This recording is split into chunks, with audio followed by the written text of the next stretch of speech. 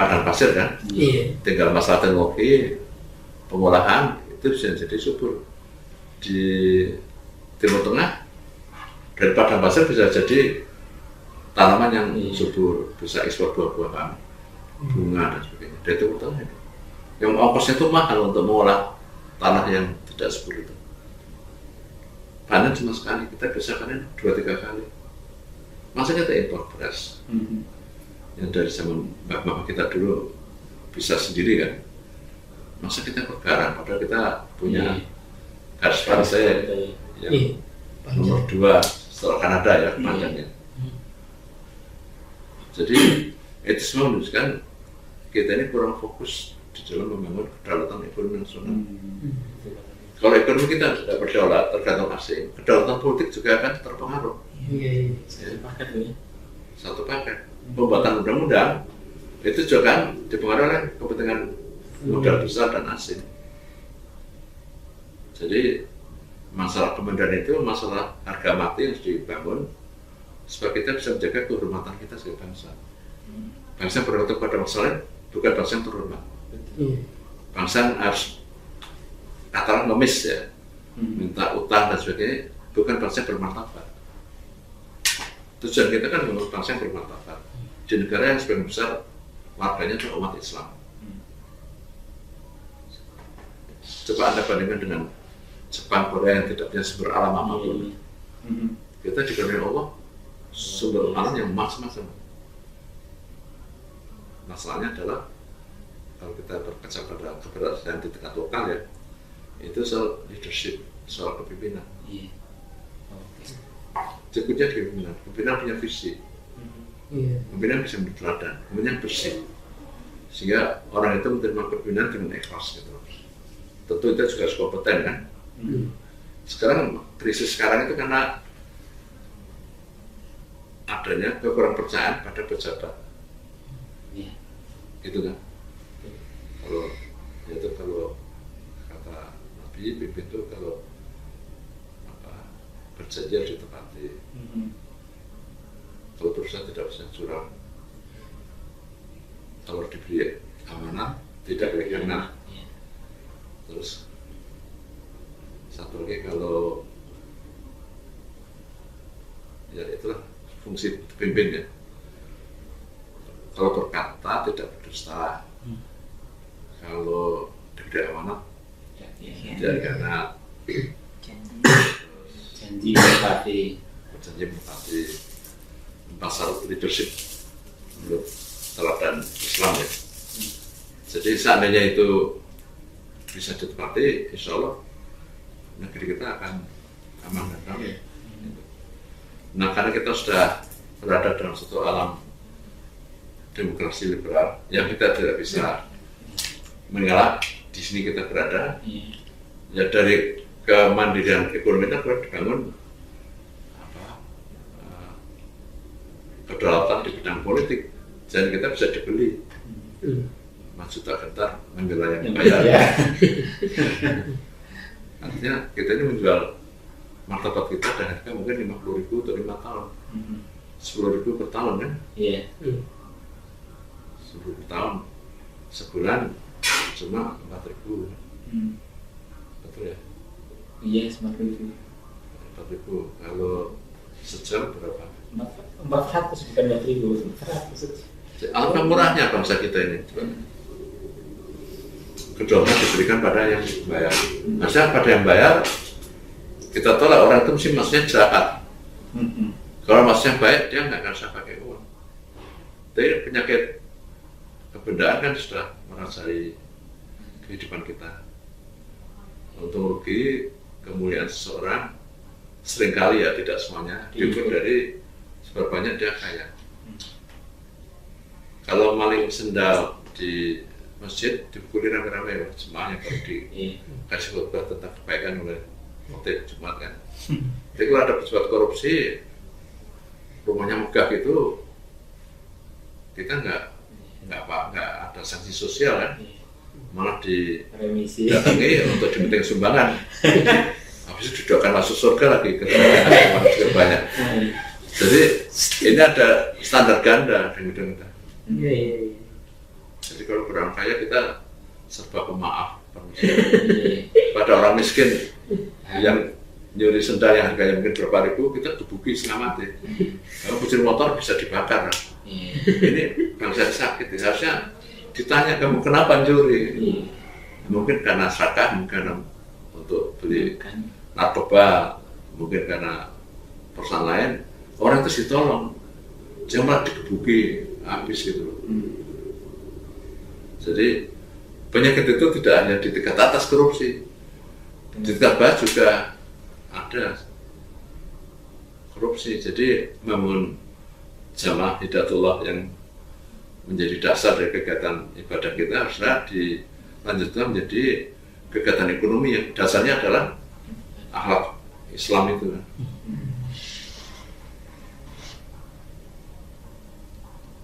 Jadi kita nggak usah terlalu risau lah dengan gonjang-ganjing. Yang penting kita bisa kita bikin sendiri. Kita punya tanah, kita punya tenaga, kita punya orang ahli, kita punya umat yang akan membeli, kita punya tenaga ahli yang bisa membuat kan. Jadi jarak antara produsen dengan konsumen didekatkan. Jadi jamaah Hidayatullah juga menjadi jamaah ekonomi gitu. Nah, rancang bangun itu yang harus kita pikirkan. Tentu tidak mendadak sontak ya, tapi bertahap. Ya. Bertahap. Jadi jangan berpikir bisa cepat terjadi. Ya. Tapi kalau ini menjadi sebuah gerakan dari yang katakanlah kecil kemudian berkembang, pada waktu kita nggak usah bergantung pada orang lain. Kalau menurut Pak Adi kira-kira apa ini? Ada skala Hidayatullah mungkin dan mungkin secara nasional untuk menunjang kemandirian dan Ya itu harus disepakati dulu sesuai dari komitmen ideologis dari Hidayatullah. Karena komitmen itu dasarnya ideologis ya. Nah, jadi ini sekali lagi bukan perang ekonomi, ini perang ideologi. Di balik penguasaan aset besar oleh perusahaan asing atau perusahaan besar itu ada ideologi, namanya ideologi kebendaan. Itu yang dilawan oleh ideologi tauhid kan itu. Sana menuhankan benda. Kita Allahu ahad, Allahus samad. Ya. Nah, ini tauhid itu pun diterjemahkan dan juga ditegaskan kan kita harus sadar bahwa pada milik kita ada hanya orang yang tidak punya, yang minta maupun yang tidak minta,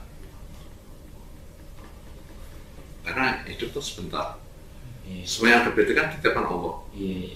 Kekayaan, pangkat, orang-orang yang kita sayangi ya, anak, istri, semua itu punya Allah, dititipkan pada kita kan. Kalau kita dipanggil ya nggak apa-apa kecuali memang soleh kita gitu.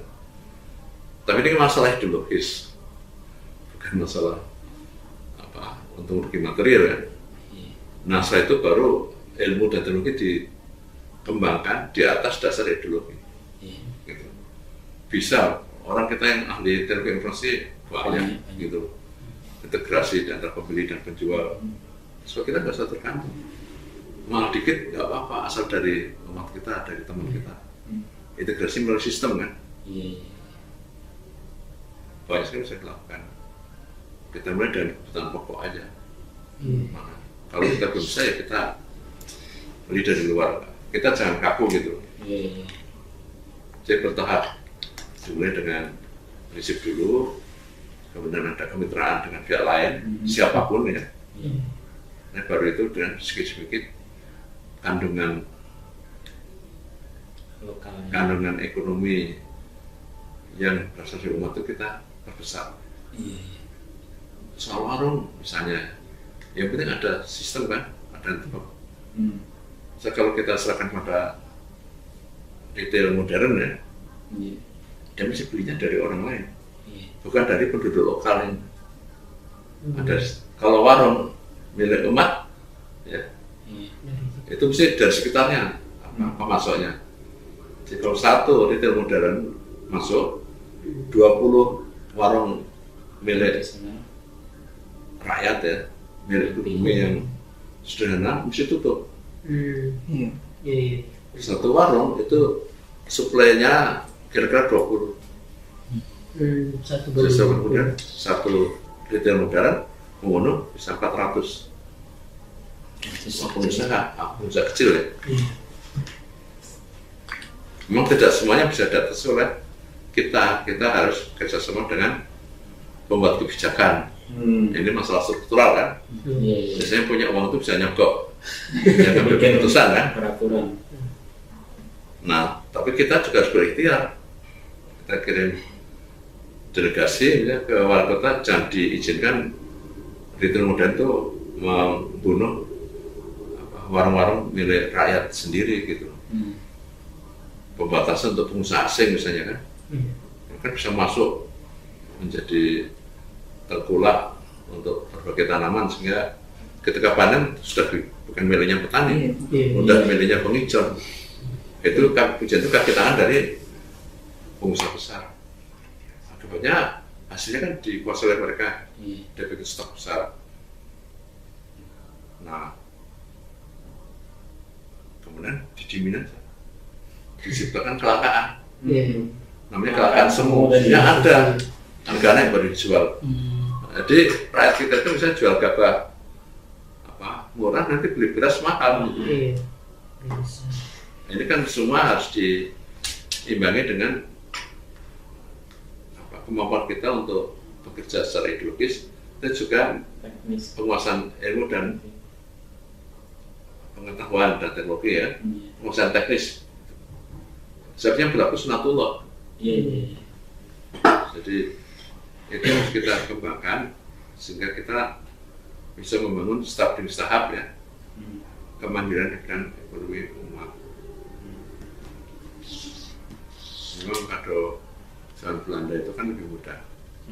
Jadi kata Bung Karno, perjuangan saya itu lebih mudah karena saya hadapi orang yang kulitnya beda, hidungnya juga beda. Nanti kamu akan menghadapi yang lebih sulit.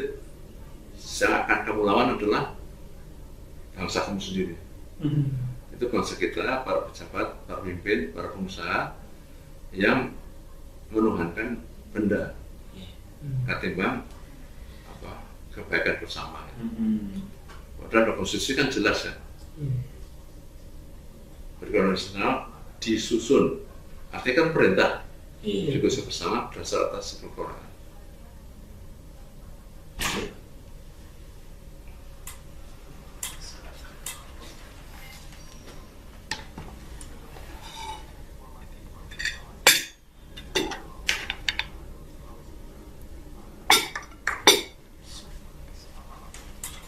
Jadi kita sementara ya, nanti kita langsung lagi. Ini harus diedit ya, kita ngobrol soalnya bersama. Tapi gini, ada 4 syarat ya. Kalau berkata berusaha, kalau berjaya KTP, kalau diri aman, tidak enak, kalau berusaha tidak curang. Itu pesan Nabi gitu. Soalnya kalau berkata tidak berdosa, kalau diberi amanat tidak enak, kalau berjanji ditepati, dan kalau berusaha tidak curang. Jadi syarat dasar untuk pemimpin itu yaitu. Tapi di zaman ini kalau kita ikut pemilu tidak curang ya, tidak nyogok, dipilih. Rakyat kita itu masih tak gentar membela yang bayar, susah juga kan. Jadi kita prioritas saja.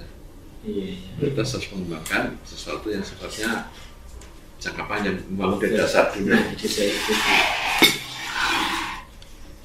Edukasi. Kalau untuk ya karena kebetulan yang datang anak muda, untuk anak-anak muda sendiri apa arahan Pak Haji, masukan dan apa hal-hal yang hari ini penting untuk kalau saya lihat dari perspektif sejarah kebangsaan kita ya, pada waktu zaman Orde Lama dulu sampai Orde Baru itu Islam itu dipinggirkan. Ada Islam fobia. Sejak reformasi itu hal yang meminggirkan secara politis Islam itu sudah disingkirkan. Jadi umat Islam itu sekarang berjuang tanpa harus merasa ditindas atau didiskriminasi oleh negara. Kalau dulu yang namanya Abdullah atau namanya Mahmud mau naik pangkat, saya di sana, saya dulu sana di sebagainya tempat. Itu naik pangkat itu susah karena bangsa Islam itu. Yang bisa naik pangkat itu Adi Sasono, Gus Biantoro, gitu. Suhardi Ya, sakti itu. Sebagai dia atau pakai O gitu lah. Omnya semakin banyak semakin hati. Karena ada fobi pada Islam. Sekarang apa sudah selesai enggak? Masih ada. Poluan berbagai bahkan Muslimah pun perjuangannya setengah mati kan. panjangnya persoalan. Tentara juga masuk belum ya di TNI ya. Jadi secara umum kita sekarang sudah bisa luasa menjalankan misi dakwah dan sebagainya. Anak muda sekarang dari kalangan santri yang punya pendidikan tinggi juga makin banyak, makin luas. Lihat aja yang pakai kerudung di kampus-kampus utama itu banyak. Justrunya kita jangan lihat negatifnya keadaan sekarang. Kita harus lihat perspektif sejarah kan. Ini perjuangannya bukan hanya pada waktu Ijmi berkuasa dulu ya, saat dibentuk itu ya. Tapi ini kan lanjutan dari perjuangan sebelumnya kan, dari tokoh-tokoh pergerakan pada zaman penjajahan Belanda, dari zaman Cokro Aminoto, zaman Rudi dan sebagainya. Ini kita akan meneruskan aja apa yang sudah dirintis dulu. Nah sekarang anak muda Islam sudah diberi kelonggaran. Anda bisa menyatakan keyakinan Anda, kerja Anda tanpa harus diskriminasi gitu. Jadi masa depan kerja muda sekarang gimana? Ya terserah Anda. Kalau Anda jagoan ya akan jadi jagoan karena jumlah Anda banyak. Anda sama pintar dengan orang lain. Dulu kalau cari dokter dalam bidang dirgantara yang dari keluarga santri itu susah. Ada sedikit. Yang ahli ekonomi dari keluarga santri itu susah. Umumnya dari keagama lain atau dari sekuler, kan? Sekarang ada di mana-mana. Apakah mereka benar-benar punya komitmen ideologis? Bisa ya, bisa tidak. Dan itu masalah. Jadi masa depannya tidak tergantung orang, tergantung kita sendiri aja. Kita bisa nggak mensyukuri nikmat dari perubahan zaman ini dengan cara berbuat nyata untuk membangun kekuatan kita. Jujurnya tidak ada yang gratisan. Kalau Anda lemah ya ditindas. Kalau Anda mudah diadu domba, ya dilemahkan. Belanda dulu kan cuma 200.000 yang datang ke Indonesia. Itu statistik tahun 30 ya. Dan kita waktu itu sudah 60 juta. Tapi kenapa mereka bisa jajah kita? Karena politik DVD et impera kan, bahasa Prancis artinya pecah belah dan kuasailah. Antar kita bertarung sendiri kan. Jadi kita lemah karena di dalam bertarung. Setelah itu baru dikuasai oleh penjajah asing, jumlahnya sedikit, jauh lebih sedikit dari kita. Karena telah pinter gitu. Jepang tidak punya sumber daya alam apapun. Korea juga begitu. Taiwan juga gitu. Tanahnya sedikit. Jadi bisa menjadi kekuatan ekonomi dunia. Jadi kita nggak usah nengok keluar, kita ke dalam aja. Bagaimana kita memperkuat diri kita dengan landasan ideologis, dengan landasan ukhuwah data kita, dan dengan memanfaatkan kemajuan ilmu pengetahuan dan teknologi. Supaya kita ini bisa bersaing dengan perkasa kan, dengan orang lain. Anda tidak akan dikasih gratis untuk kemajuan Anda, enggak? Harus berusaha.